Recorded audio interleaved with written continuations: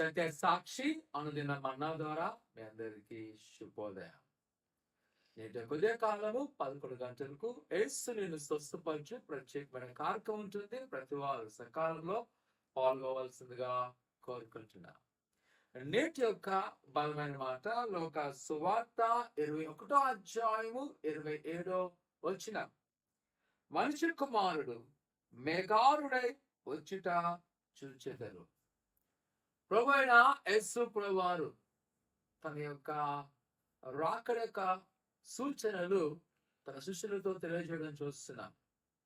రాకడ ఏ విధంగా రాబోతుంది, ఎటువంటి యొక్క పరిస్థితులను ఎదుర్కోవాల్సి వస్తుంది. తరువాతంట మేఘారుడై దూతల శబ్దముతో ఆర్భాటముతో మనుష్య కుమారుడు తిరిగి రాబోతున్నాడు. నా కుమార్తె ఇది ఒక నిరీక్షణ, ఒక హెచ్చరిక. నిరీక్షణ ఏంటి అంటే మనందరము మరలా పరలోక రాజ్యంలో ప్రభు యేసుతో చేరబోతున్నాం. హెచ్చరిక ఏంటి అంట ఆయన రాకల్లో పాల్గొంటామా. ఈ ఉదయకాల సమయంలో నేటి ఆధునిక క్రైస్తవ సమాజం ఎలాగుందంటే తాత్కాలికమైన అల్ప సమయమైన ఆశీర్వాదం కొరకు పరుగులు తీస్తున్న విధానం చూస్తున్నాం. దేవుని యొక్క లేఖన ప్రకారం ఏంటి అంట మెగాడే రాబోతున్న యేసయ్య మన యొక్క క్రియలను చూడబోతున్నాడు, మన ఆలోచన గమనించబోతున్నాడు.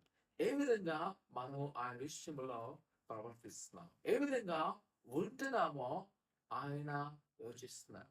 ఈరోజు నా ప్రియ సంగమా, దేవుని యొక్క దీవెన కంటే మొదట మనము పరలోక రాజ్యం చేరే విధంగా మన ఆత్మీయ జీవితాన్ని మనము బాగు చేసుకున్నామా, దాని తగ్గట్టుగా మనం జీవిస్తున్నామా.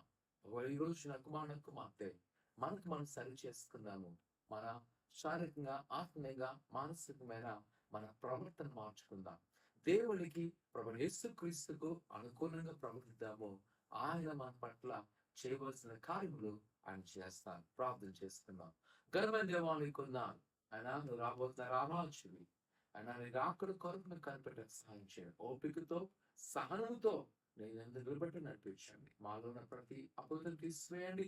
అయినా వ్యర్థమైన వాటిని తీసుకొచ్చండి. ఆయన శరీర క్రియలు లోపకుండా ఆయన నీ మీద ఆధారపడుతూ ఆయన నీ మాటలు విధేయత కలిగింటకు సహాయం చేసి ఆయన నీకు అనుకూలమైన వారిని మీరు దీవించి ఆశీర్వదించమని ఏస్తున్నాం తండ్రి.